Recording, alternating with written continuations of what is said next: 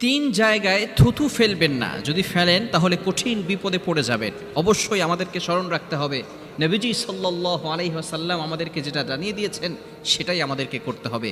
কিছু জায়গা রয়েছে, এই জায়গাগুলোতে অবশ্যই আমরা থুতু নিক্ষেপ করব না, তাহলে কঠিন বিপদ আমাদের লাইফে চলে আসতে পারে।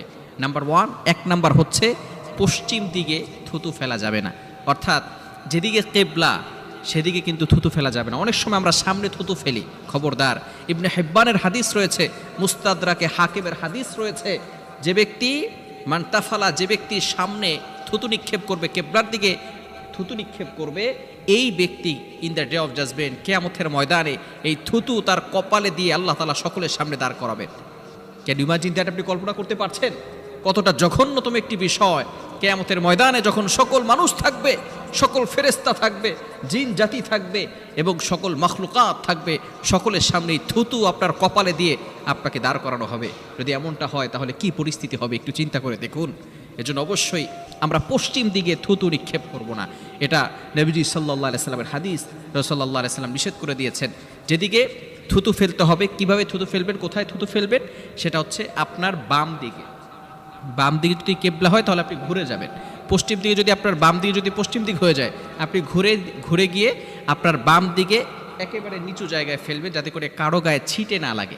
এটাই হচ্ছে উত্তম পদ্ধতি।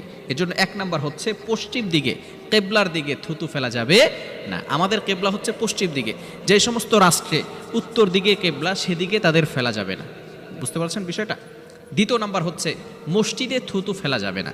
অবশ্যই আমাদেরকে স্মরণ রাখতে হবে মসজিদ হচ্ছে পবিত্র জায়গা, যেটা শান্তির জায়গা। কিছু মানুষ আছে সেখানেও কফ আসলে মসজিদে এমনভাবে জানালা দিয়ে থুতু নিক্ষেপ করে, জানালায় লেগে যায়, সেটা পরিষ্কারও করে না। এমন লোক আমাদের সমাজে আছে না নাই? নবীজি সাল্লাল্লাহু আলাইহি ওয়াসাল্লামের জামানায় একবার মসজিদের দেয়াল যেটা ছিল, দেয়াল আমাদের তো এখন কত সুন্দর সুন্দর দেয়াল, তখন কিন্তু খেজুর গাছের পাতা দিয়ে নবীজি সাল্লাল্লাহু আলাইহি সাল্লাম দেয়াল তৈরি করেছিলেন। কে যেন এই কফটা সেখানে রেখেছিল, নবীজি সাল্লাল্লাহু আলাইহি ওয়াসাল্লাম তাদেরকে বুঝিয়েছিলেন, খবরদার মসজিদে সব ফালানো যাবে না। এজন্য অবশ্যই মসজিদকে পরিষ্কার পরিচ্ছন্ন রাখবেন, মসজিদে কখনো থুতু নিক্ষেপ করবেন না। অবশ্যই আমাদেরকে স্মরণ রাখতে হবে মসজিদ হচ্ছে আল্লাহর ঘর, আমরা মসজিদকে পরিষ্কার পরিচ্ছন্ন রাখবো। শুধু খাদেম মসজিদ পরিষ্কার করবে বিষয়টা এমন নয়। ইব্রাহিম আলাইহিস সালাম, ইসমাইল আলাইহিস সালাতু ওয়াস সালাম, তারা দুইজনে বড় নবী, বড় রাসূল হওয়া সত্ত্বেও ইব্রাহিম আলাইহিস সালাতু ওয়াস সালাম মসজিদ পরিষ্কার করেছেন, বাইতুল্লাহ নির্মাণ করেছেন এবং সেটা পরিষ্কার পরিচ্ছন্ন রেখেছেন। সুতরাং আমি আপনি কত বড় মানুষ হয়েছি, কত সম্মানের মালিক হয়েছি। এজন্য অবশ্যই মসজিদে কখনো থুতু ফেলবো না। তৃতীয় নাম্বার হচ্ছে মোস্ট ইম্পর্টেন্ট, আমরা অনেক সময় টয়লেটে প্যানের ভিতরে থুতু নিক্ষেপ করে থাকি। যখন আমরা বিশেষ করে বর্তমানে অ্যাটাচড টয়লেট, সব জায়গায় আমরা সেখানে গোসল করি, গোসল করার সময় দেখা যাচ্ছে আমরা সেই প্যানের ভিতরে অথবা কমোডের ভিতরে আমরা থুতু নিক্ষেপ করি। খবরদার, এটা করা যাবে না। এটা কিন্তু সুন্নাহ নয়।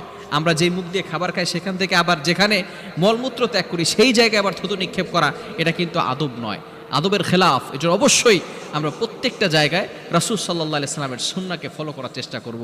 নবীজি সাল্লাল্লাহু আলাইহি সাল্লামের সুন্নাহকে যদি আমরা ফলো করতে পারি তাহলেই আমাদের সমাজে শান্তি আসবে, আমাদের সংসারে শান্তি আসবে, আমাদের প্রত্যেকটা জায়গায় জায়গায় শান্তি তালাশ করতে হবে না, শান্তি অটোমেটিক আমাদের ঘরে চলে আসবে।